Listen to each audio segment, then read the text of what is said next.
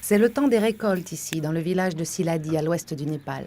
Mais Sunita Tapar Magar n'ira pas travailler dans les champs. Parce qu'elle a suivi en effet une formation en tissage, elle va passer sa journée à tisser des textiles.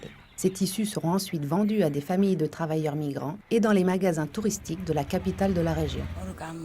Avant, nous n'avions pas l'occasion d'apprendre ce genre de savoir-faire. Et nous étions comme des grenouilles au fond d'un puits. Nous n'étions pas du tout en contact avec le monde extérieur. Le monde, pour beaucoup de femmes rurales au Népal, s'étend rarement au-delà de leur cercle familial. Et même si elles jouent un rôle central à la maison, elles ont rarement la confiance et le soutien des leurs pour poursuivre des intérêts extérieurs.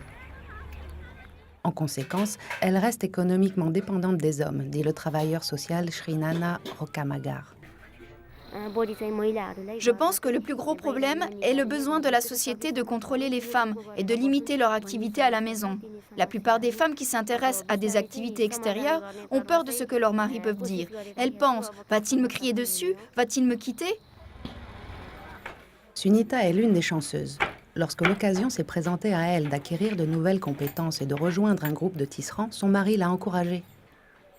Aujourd'hui, elle est membre de Dhaka Production, un groupe d'entraide soutenu par le Fonds international de développement agricole, le FIDA de l'ONU, en partenariat avec le gouvernement du Népal.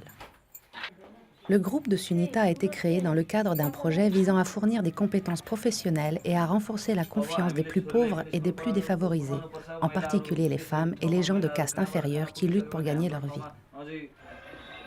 Survivre dans les zones rurales exige plus que l'agriculture. Jusqu'à récemment, Sunita faisait beaucoup plus de travail physique pour gagner sa vie. Avant, la vie était difficile. C'était vraiment dur. J'ai même porté des sacs de ciment et de sel en même temps que je travaillais à la poterie. Beaucoup de gens parlaient dans mon dos, disaient que c'était vraiment honteux que je travaille. Auparavant, les gens me regardaient de haut. Mais même à cette époque-là, je n'ai pas perdu espoir. Je gagnais de l'argent avec mon propre sang et ma sueur. Sunita fournit la même quantité d'énergie dans le tissage que celle qu'elle a consacrée à ses emplois précédents. Maintenant que son groupe vend régulièrement ses textiles au commerce, elle dit que son acharnement dans le travail porte ses fruits. Je suis très fière de moi-même, très fière même. Avant, nous n'avions souvent pas assez d'argent pour payer ne serait-ce que les frais de scolarité de nos enfants et nous avons dû emprunter à d'autres. Mais maintenant, nous n'avons plus besoin d'emprunter quoi que ce soit.